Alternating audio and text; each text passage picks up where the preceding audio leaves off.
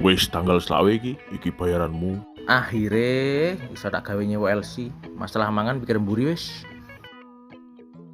Asu, ngopo iki?